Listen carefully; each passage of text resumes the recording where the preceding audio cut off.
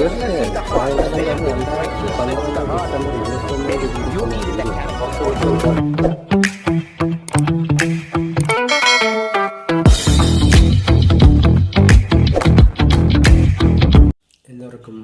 വണക്കം. വരയർപ്പാടം യൂട്യൂബ് ചാനലിലേക്ക് അവർക്കും സ്വാഗതം. ദ്രാവിഡരാര് എന്ന വീഡിയോയുടെ 3-ാം ഭാഗം. ബ്രാഹ്മണരുടെ സാഹിത്യങ്ങളിലും ഇതിഹാസങ്ങളിലും കാണപ്പെടുന്ന ഒരു പേരായിരുന്നു ദ്രാവിഡൻ എന്നുള്ളത്. കാൾഡ്വെല്ല് ഇന്ത്യയെക്കുറിച്ച് പഠിക്കുമ്പോൾ, പ്രത്യേകിച്ചും സദേൺ ഇന്ത്യയെക്കുറിച്ച് പഠിക്കുമ്പോൾ, ഈ മേഖലകളിലൊക്കെ ജീവിച്ചിരുന്ന ജനതകൾ സംസാരിച്ചിരുന്ന ഭാഷ തമിഴാണെന്നുള്ളത് വളരെ വ്യക്തമായി പഠിച്ച ഒരാളാണ് കാൾഡ്വെൽ. അദ്ദേഹം തൻ്റെ പുസ്തകം പുറത്തിറങ്ങുമ്പോൾ, അതായത് ദ്രവിഡിയൻ കമ്പാരറ്റീവ് എന്ന് പറയുന്ന ഗ്രാമർ ഓഫ് ദ ദ്രവിഡിയൻ എന്ന് പറയുന്ന ബുക്ക് പുറത്തിറക്കുമ്പോൾ തീർച്ചയായും ദ്രവിഡിയൻ എന്ന സ്ഥാനത്തിലേക്ക് തമിഴർ അല്ലെങ്കിൽ തമിഴ് എന്നാണ് ചേർക്കേണ്ടിയിരുന്നത്. അദ്ദേഹം അത് ചെയ്തില്ല. ദ്രാവിഡനെ ഉടച്ച് നമ്മൾ ചെന്നു കഴിഞ്ഞാൽ അവരുടെ ദ്രാവിഡ ഭാഷയെക്കുറിച്ചും ദ്രാവിഡ രാജ്യങ്ങളെക്കുറിച്ചും ദ്രാവിഡ കലകളെക്കുറിച്ചും ദ്രാവിഡ ആചാരങ്ങളെക്കുറിച്ചും ഒക്കെ തന്നെ പഠിക്കുന്നത് തമിഴ് വംശജരെക്കുറിച്ചാണ്. എന്തുകൊണ്ട് തമിഴ് ജനതയാണ് ദ്രാവിഡരെന്ന് പറയുന്നതെന്ന് കാൾഡ്വെൽ ഗവേഷണം നടത്തിയിട്ട് പറയാതെ പോയി എന്നുള്ളതൊരു വലിയ ചോദ്യചിഹ്നമായി നിൽക്കുന്ന ഒന്നാണ്. എന്നാൽ അദ്ദേഹം എടുത്തു കാണിക്കുന്നത് അദ്ദേഹത്തിൻ്റെ കാലഘട്ടങ്ങളിൽ ഈ രാജ്യം കൈകാര്യം ചെയ്യുന്ന ജനതകൾ ആയിട്ടുള്ള ആര്യബ്രാഹ്മണരുടെ ഭാഷകളിലാണ്, അല്ലെങ്കിൽ അവരുടെ അധീനതയിൽ നിൽക്കുന്ന കാലഘട്ടങ്ങളിലെല്ലാം തന്നെ അവർ നമ്മളെ വിശേഷിപ്പിച്ച ദ്രാവിഡൻ എന്നുള്ള പേര് അദ്ദേഹം ചേർത്തിരിക്കുന്നു എന്നുള്ളതാണ് അദ്ദേഹം തെളിവായി കാണിക്കുന്നത്. AD 7-ാം നൂറ്റാണ്ടിൽ ജീവിച്ചിരുന്ന കുമാരിയിലെ പട്ടർ അദ്ദേഹത്തിൻ്റെ തന്ത്രവാർത്തിക എന്ന് പറയുന്ന ബുക്സിലാണ് ദ്രാവിഡ ജനതയെക്കുറിച്ച് പറയുന്നത്. ഒരു സൈനികമായിട്ടുള്ള തമിഴരെ ദ്രാവിഡൻ എന്ന പേരിലേക്ക് ആ പുസ്തകത്തിൽ പറയുന്നുണ്ട്. അതിൽ വളരെ അദ്ദേഹം അടയാളപ്പെടുത്തുന്നത് തമിഴ് രാജ്യമായിട്ടാണ്. തമിഴ് രാജ്യം, തമിഴ് ഭാഷ, തമിഴ് കലകളെക്കുറിച്ചൊക്കെ തന്നെ പറയുന്ന രീതിക്കാണ്. അതായത് ഒരു സയൻറ്റിഫിക്കൽ ജനതയെക്കുറിച്ചാണ് അദ്ദേഹം തന്ത്രവാർത്തികയിൽ പറയുന്നത്. അതിനെ റെഫർ ചെയ്ത കാൾഡ്വെൽ ദ്രാവിഡൻ തന്നെയാണ് ഏറ്റവും ബെറ്റർ എന്ന് അദ്ദേഹം ചിന്തിച്ചിട്ടുണ്ടാവാം. അതുകൊണ്ടായിരിക്കും അദ്ദേഹം ദ്രാവിഡനിൽ നിന്ന് ചേർത്തിരിക്കുന്നതെന്നുള്ളത് നമുക്കിതിൽ നിന്ന് മനസ്സിലാക്കാൻ പറ്റുന്ന ഒരു കാര്യം. ഓരോ കാലഘട്ടങ്ങളിലും ദ്രാവിഡൻ എന്നുള്ള പദങ്ങളെ പല അർത്ഥങ്ങളിലായി മാറ്റപ്പെട്ടിട്ടുണ്ട്. ദ്രാവിഡൻ എന്ന വാക്ക് ബ്രാഹ്മണർ, അതായത് ആര്യബ്രാഹ്മണരുടെ പദമാണ്. അതായത് ആര്യരാജ്യം വരുമ്പോൾ, ആര്യ സമൂഹം വരുമ്പോൾ, ബ്രാഹ്മണരാവുന്നതിന് മുമ്പ് ആര്യരൂടെ വരുമ്പോൾ അവർക്ക് തമിഴ് എന്ന് പറയുന്ന വാക്ക് വഴങ്ങാത്തത് കൊണ്ട് തമിഴർ എന്നൊക്കെ തന്നെ പറഞ്ഞിരുന്നു.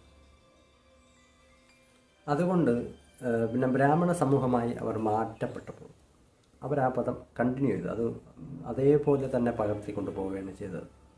അതുകൊണ്ടാണ് ഇവിടെ ഒരു തമിഴ് വംശത്തിനെ കാണാൻ പറ്റാത്തത്. യഥാർത്ഥത്തിൽ ഈ സൗത്ത് ഇന്ത്യൻ ജനതയെന്ന് പറയുന്നത് തമിഴ് ജനതയാണ്. അത് നമുക്ക് ഇന്ന് അറിയാൻ പറ്റാത്തതിൻ്റെ കാരണം എന്ന് പറയുന്നത് അതിനെ ദ്രാവിഡം എന്ന പേരിലേക്ക് അത് മറച്ചിരിക്കുന്നു. ദ്രാവിഡം കൊണ്ട്, തമിഴ് ജനതയെ ദ്രാവിഡം കൊണ്ട് മറച്ചിരിക്കുന്നു എന്നത് കൊണ്ടാണ് നമുക്ക് തമിഴ് ജനതയെ കാണാൻ പറ്റാത്തത്. എന്നാൽ പഴയ കാലഘട്ടങ്ങളിൽ നമ്മൾ സൗത്ത് ഇന്ത്യയെക്കുറിച്ച് പഠിക്കുകയാണെങ്കിൽ തമിഴ് ജനതയെക്കുറിച്ച് മാത്രമേ പഠിക്കാൻ പറ്റൂ.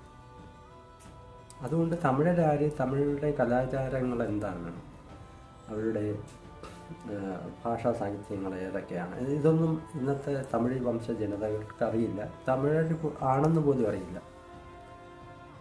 അപ്പോൾ സംസ്കൃതത്തിൽ നിന്നാണ് ദ്രാവിഡ എന്ന പദം ഉരുത്തിരിഞ്ഞു വന്നതെന്നുള്ളത് കുമാരിയിലെ പട്ടർ പറയുന്നുണ്ട്. അതിൽ പറഞ്ഞിരിക്കുന്നത് the Dravidas the name of the languages across in കുമാരിയിലെ Bhattar Tantravartika exposition on the secret science of the approximately in the 7th century. See Indus and almost all similar cases, there is a reason to believe that the name referred to the Tamil country, Tamil people and Tamil language എന്നാണ് അദ്ദേഹം ആ പുസ്തകത്തിൽ രചിക്കപ്പെട്ടിരിക്കുന്നത്. അദ്ദേഹം പറയുന്നത് ദ്രാവിഡം എന്നത് ഏകദേശം 7ാം നൂറ്റാണ്ടിലെ കുമാരിഭട്ടയുടെ തന്ത്രവാർത്തികയിൽ പവിത്രമായ ശാസ്ത്രത്തെക്കുറിച്ചുള്ള വിവരണം കാണാൻ സാധിക്കുമെന്നും അവയിൽ സമാനമായ മിക്കവാറും എല്ലാ കേസുകളിലും പേര് തമിഴ് രാജ്യത്തെക്കുറിച്ചും അതുപോലെ തന്നെ തമിഴ് ഭാഷ എന്നിവയെക്കുറിച്ച് പരാമർശിച്ചിട്ടുണ്ട്. പിന്നീട് ദ്രാവിഡൻ എന്ന വാക്ക് നമുക്ക് കേൾക്കാൻ കഴിയുന്നത് 1911 ഇന്ന് നമ്മൾ നാഷണൽ ആന്തം എന്ന് പറയുന്ന ദേശീയ ഗാനത്തിൻ്റെ വരികളിലൂടെയാണ്. അതായത് അത് ആദ്യമായിട്ട് ആലപിക്കുന്നത് 1911 നമുക്ക് സ്വാതന്ത്ര്യം കിട്ടിയിരിക്കുന്നത് 1947, റിപ്പബ്ലിക് ആവുന്നത് 50 അപ്പോൾ ഏകദേശം 1947 യഥാർത്ഥമായിട്ട് ഈ രാജ്യത്തിൻ്റെ ദേശീയ ഗാനം എഴുതേണ്ടത്. കാരണം നമ്മൾ റിപ്പബ്ലിക് ആവാൻ പോകുന്നു. അപ്പോൾ 1950 ഡോക്ടർ അംബേദ്കർ അദ്ദേഹം ഈ രാജ്യത്തിൻ്റെ ഭരണഘടന ചെയ്യുമ്പോൾ അതിനൊരു ദേശീയ ഗാനം 1947-48 കാലങ്ങളിലൊക്കെയാണ് യഥാർത്ഥമായിട്ട് ഈ രാജ്യത്തിന് വേണ്ടിയിട്ടൊരു ഗാനം എഴുതേണ്ടത്. അത് ഇന്ന് നമ്മൾ പാടുന്നത് പോലെയല്ല, ജനഗണമന എന്ന് പറഞ്ഞ് തുടങ്ങുന്നത് പോലെയല്ല ശരിക്കും ദേശീയ ഗാനം വരേണ്ടത്. കാരണം അത് വലിയ വിവാദത്തിൽ നിൽക്കുന്ന ഒന്നാണ്. ദേശീയ ഗാനം വലിയ വിവാദത്തിലാണ് ഇന്നും ഉള്ളത്. കാരണം അത് 1911 ബ്രിട്ടീഷ് രാജാവായിട്ടുള്ള ജോർജ് 5 അദ്ദേഹം കൽക്കട്ടയിൽ കോൺഗ്രസിൻ്റെ സമ്മേളനത്തിൽ വരുമ്പോഴാണ് അദ്ദേഹത്തിനെ സ്തുതിച്ചുകൊണ്ടാണ് അദ്ദേഹത്തിൻ്റെ വൈഫിനെ സ്തുതിച്ചുകൊണ്ട് പാടിയ ഒരു പാട്ടാണ് ജനഗണമന. അപ്പോൾ അത് നേരത്തെ തന്നെ രചിച്ചിരുന്നു. 1911 തന്നെ അത് ആദ്യമായിട്ട് ആലപിച്ചിരുന്നു. ഈ ഗാനം എങ്ങനെയാണ് ദേശീയ ഗാനമായി മാറിയെന്നുള്ള ഒരു വലിയ വിവാദം ഇന്ന് നിലനിൽക്കുന്നു. നമുക്കതിലോട്ടൊന്നും പോകണ്ട. ശരിക്കും ആ പാട്ടിനുള്ളിൽ ദ്രാവിഡ ഉത്കല ബംഗ എന്ന് പറയുന്നൊരു വരിയുണ്ട്. പിന്നീട് ഈ പറഞ്ഞ പോലെ 1911 രചിക്കപ്പെട്ട 1950 റിപ്പബ്ലിക് ആയതിനു ശേഷം ദേശീയ ഗാനമായി മാറിയ ഈ ദേശീയ ഗാനത്തിലാണ് പിന്നീടുള്ള ദ്രാവിഡൻ എന്ന് പറയുന്നത്. അപ്പോൾ അതിൽ കുറച്ച് അർത്ഥങ്ങൾ മാറിയിരിക്കും. അതിൽ പറയുന്നത് 5 നാടുകളെക്കുറിച്ചാണ്. ഏതൊക്കെയെന്ന് പറഞ്ഞാൽ കേരളം, തമിഴ്നാട്, കർണാടക, ആന്ധ്ര, തെലങ്കാന എന്ന് പറഞ്ഞിട്ട് 5 നാടുകളെ ചേർത്തുകൊണ്ടാണ് ദ്രാവിഡ എന്ന് പറയുന്നത്. ഉത്കല എന്ന് പറയുന്ന അന്നത്തെ ഒഡീഷ എന്ന് പറയുന്ന അല്ലെങ്കിൽ ഒറീസ എന്ന് പറയുന്ന നാട്ടിലായിരുന്നു. അവിടെയാണ് ഒഡീഷ എന്ന് പറയുന്ന സ്റ്റേറ്റിലായിരുന്നു പണ്ട് ഉത്കല ഉണ്ടായിരുന്നത്. അത് ഉത്കല എന്ന് ഒഡീഷയുടെ ഭാഗമായി നിൽക്കുന്നതാണ്. അത് പണ്ട് കാലങ്ങളിൽ അതൊരു രാജ്യമായിട്ടാണ് നിന്നിരുന്നത്. അപ്പോൾ ഉത്കല ബംഗാൾ എന്ന് പറയുന്ന ബംഗാൾ. അപ്പോൾ ഇതെല്ലാം ഉൾക്കൊള്ളുന്ന ഒരു നായകൻ ജയിക്കട്ടെ എന്ന് പറയുന്ന ഒരു ഗാനമാണ് ദേശീയ ഗാനം പോലെ.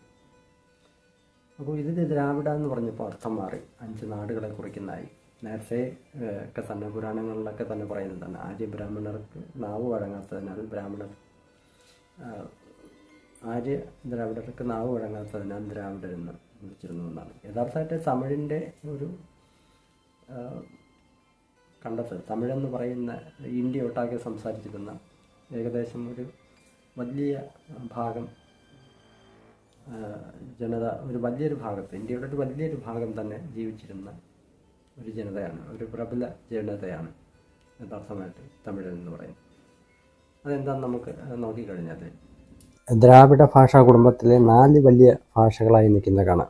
ഒന്ന് ദ്രാവിഡ, പിന്നെ മലയാളം, തമിഴ്, തെലുങ്ക്. ഇതാണ് വലിയ ഭാഷയായി നിൽക്കുന്നത്. എന്നിവയ്ക്ക് നൂറ്റാണ്ടുകളിലെ സാഹിത്യ പാരമ്പര്യമുണ്ടെന്നാണ് ഇന്ന് കണ്ടെത്തിയിരിക്കുന്നത്. അവയിൽ ഏറ്റവും പഴക്കം ചെന്നത് തമിഴ് തന്നെയാണെന്ന് ഗവേഷകർ പറഞ്ഞിട്ടുണ്ട്. ദക്ഷിണേന്ത്യയിലെ മധ്യ ഇന്ത്യയിലുമായി ഏകദേശം 220 ദശലക്ഷം ആളുകൾ സംസാരിക്കുന്ന 80 ഇനങ്ങൾ ഉൾക്കൊള്ളുന്ന തമിഴ് ഭാഷാ കുടുംബം ഏകദേശം 4500 വർഷങ്ങൾക്കും എത്രയോ മുമ്പാണ് ഉത്ഭവിച്ചിരിക്കുന്നതെന്ന്, അതായത് നൂറ്റാണ്ടുകൾക്ക് മുമ്പ് ഉത്ഭവിച്ചതാണെന്ന് പഠനങ്ങൾ കണ്ടെത്തിയിട്ടുണ്ട്. ജർമ്മനിയിലെ Max Planck Institute for the Science of the Human History, ഡെറാഡൂണിലെ Wild Life Institute of India എന്നിവിടങ്ങളിലെ ഗവേഷകർ ഉൾപ്പെടെയുള്ള ഒരു അന്താരാഷ്ട്ര സംഘടന നടത്തിയ പുതിയ ഭാഷാ വിശകലനത്തിൻ്റെ അടിസ്ഥാനത്തിലാണ് ഈ തെളിവുകൾ കണ്ടെത്തിയിട്ടുള്ളത്. തമിഴ് ഭാഷ എന്ന് പറയുന്ന ഏകദേശം ആദ്യകാലം മുതലേ സംസാരിച്ചിരുന്നൊരു ഭാഷയാണെന്ന് ഇന്ന് കണ്ടെത്തി കഴിഞ്ഞു. ഇന്നും നമ്മൾ ദ്രാവിഡ എന്ന് പറഞ്ഞുകൊണ്ട് പാടിക്കൊണ്ടേയിരിക്കുകയാണ് ദേശീയഗാനങ്ങളിൽ പോലും. ഇതുപോലെ ഓരോ കാലഘട്ടങ്ങളിലായി ഇതിൻ്റെ അർത്ഥങ്ങൾ മാറി മാറി വരുന്നതായി നമുക്ക് തിരിച്ചറിയാൻ കഴിയും. അപ്പോൾ ഇത് ഇന്ന് പറയുന്ന ദ്രാവിഡം നാളെ ആരിലേക്ക് ചെന്നെത്തി നിൽക്കും എന്ന് മനസ്സിലാക്കാൻ ഈ വീഡിയോ തുടർന്ന് നിങ്ങൾ കാണുക. അടുത്ത എപ്പിസോഡിൽ തീർച്ചയായും ഇതിൻ്റെ മറ്റൊരു അർത്ഥത്തിലേക്ക്, ദ്രാവിഡൻ എന്ന് പറയുന്ന മറ്റൊരു അർത്ഥവും മറ്റുള്ള സമൂഹങ്ങളിലേക്ക് ഇതെങ്ങനെ ചെല്ലുന്നു, അല്ലെങ്കിൽ ഇന്ന് ദ്രാവിഡൻ എന്ന് പറഞ്ഞ ആരെയാണ് അറിയപ്പെടുന്നത് എന്നൊക്കെ തന്നെ നമുക്ക് മനസ്സിലാക്കാൻ തുടർച്ചയായി ഈ വീഡിയോ കാണുക. അതുപോലെ തന്നെ കുറവർ സമൂഹം ഇവിടെ ഈ ദ്രാവിഡ ആചാരം എന്ന് പറയുന്നു, അതുപോലെ ദ്രാവിഡ ആചാരത്തെക്കുറിച്ച് പഠിപ്പിക്കുന്ന രീതികളൊക്കെ കുറിച്ച് നമ്മൾ കേൾക്കാറുണ്ട്. ഇത് തീർച്ചയായിട്ടും നിങ്ങൾ ഈ വീഡിയോ ഒന്ന് കാണുക. തമിഴ് ജനതയാണ് ശരിക്കും പറഞ്ഞാൽ തമിഴ് ജനതയെ ദ്രാവിഡവൽക്കരിച്ചതാണ്. യഥാർത്ഥമായിട്ട് നമ്മുടെ ആചാരാനുഷ്ഠാനങ്ങളൊക്കെ വരേണ്ടത് തമിഴ് വംശത്തിൻ്റെ ആചാരാനുഷ്ഠാനങ്ങളൊക്കെയാണ്. അതുകൊണ്ട് ഒരിക്കലും ദ്രാവിഡ ആചാരാനുഷ്ഠാനങ്ങളൊന്നും ഒരിക്കലും പറയാൻ പാടില്ല. തമിഴ് ജനതയാണെന്ന് വേണം പറയാൻ. കാരണം നമ്മുടെ ഇവിടെ നൂറ്റാണ്ടുകളായി പരിശോധിച്ചാൽ നമ്മൾ തമിഴ് വംശജരാണെന്ന് അറിയാൻ പറ്റും. അതിനെ മറയ്ക്കുന്നതിന് വേണ്ടിയാണ് ദ്രാവിഡർ എന്ന് പേര് വെച്ചിരിക്കുന്നത്. അത് മനസ്സിലാക്കണം. ദ്രാവിഡർ എന്ന് പറയുന്ന ഒരു വാക്കോ പദമോ ഒന്നും തമിഴിലില്ല എന്നുള്ളതാണ് മറ്റൊരു സത്യം. അതുകൊണ്ട് തന്നെ തുടർന്നുള്ള എപ്പിസോഡ് എല്ലാവരും കാണുക. അതുവരേക്കും എല്ലാവർക്കും വണക്കം.